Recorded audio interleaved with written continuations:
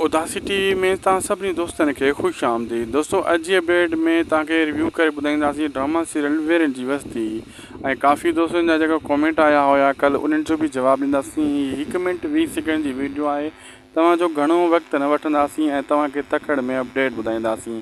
दोस्तों, हलूं था जी अपडेट जी तरफ़। सभिनी दोस्तनि खे पहिरियों नंढिड़ो अर्ज़ु आहे दोस्तों, हिन वीडियो खे आख़िर ताईं ॾिसो ऐं थी सघे तो उदासी टीवी यूट्यूब चैनल खे सब्सक्राइब लाइक शेयर ज़रूरु करे छॾींदा। दोस्तों, कल दोस्त हिकिड़े कमेंट कयो हुयो त इरफान शेख जे बारे में मूं ॿुधायो हुयो त इरफान शेख खे को ख़ासि अहिड़ो ड्रामो सीनियर अदाकार जे तौर ते हाणे नाहे मिलियो। तकरार ड्रामे में हुन भलो किरदारु अदा कयो, वञी में मशहूरु थियो हुयो।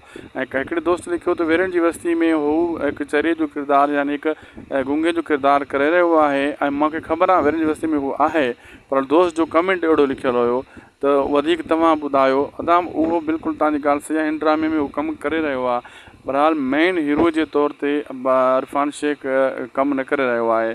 इरफान शेख जी ॻाल्हि जेका मां कई हुई त मतिलबु हुनखे काफ़ी तकरार खां पोइ को मेन हीरो ते ड्रामो नाहे मिलियो जंहिंमें उहो मशहूरु बि थियो तकरार ड्रामे में घणो। तमामु जल्द हुनखे कंहिं खूंखार ऐं बहितरीनु ड्रामे मेन हीरो मिलंदो।